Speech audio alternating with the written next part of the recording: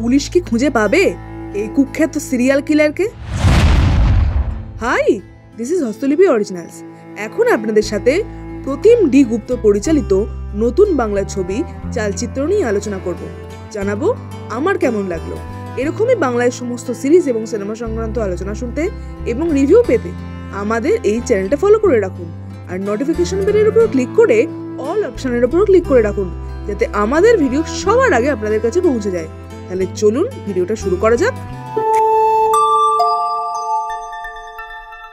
হস্তলিপি originals, the ultimate filmy dose. ছবির গল্প ছোট করে বলতে গেলে বলতে হয় 2011 সালের মতো কলকাতায় বেশ কয়েকটি মহিলা পরপর খুন হয়ে যাচ্ছে।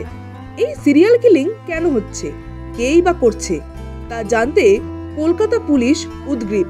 আদেও কি পুলিশ ধরতে পারে এই সিরিয়াল কিলারকে তা জানতে 2 ঘন্টা 7 মিনিটের এই ছবিটা আপনাদের হলে গিয়ে দেখে নিতে হবে।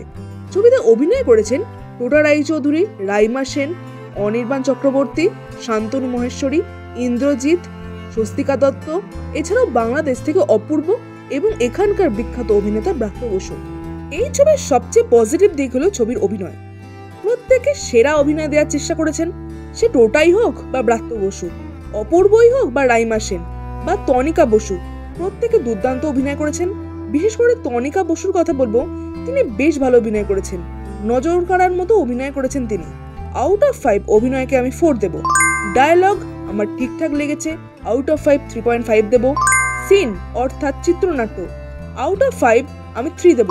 সিনগুলো বেশ ডেভেলপড হয়েছে এবং প্রত্যেকটা ক্যারেক্টারকে ঠিকঠাকভাবে ডেভেলপ করা হয়েছে। এই দিক থেকে ডিরেক্টরের অবদান সবচেয়ে বেশি। প্রত্যেকটা ক্যারেক্টারের যে পার্সোনাল ক্রাইসিস দেখানো হয়েছে তা বেশ ভালোভাবে স্টেজ করা হয়েছে।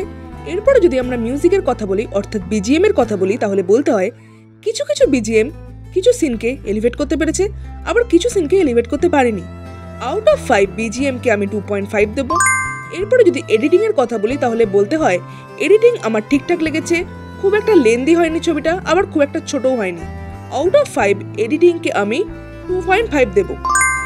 এই ছবির সবচেয়ে নেগেটিভ দিক হলো এই ছবিতে টুইস্ট অ্যান্ড টার্নসের অভাব। থ্রিলার ছবি হিসেবে থ্রিলিং বিষয়গুলো আমার অভাব লেগেছে। এছাড়া এই ছবিটা আমার ঠিকঠাক লেগেছে।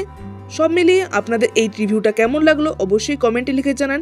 এই ছবিটা দেখতে কি আপনারা আগ্রহী, অবশ্যই সেটা কমেন্টে লিখে জানান। আর আমাদের এই ভিডিওটা লাইক করতে মিস করবেন না প্লিজ।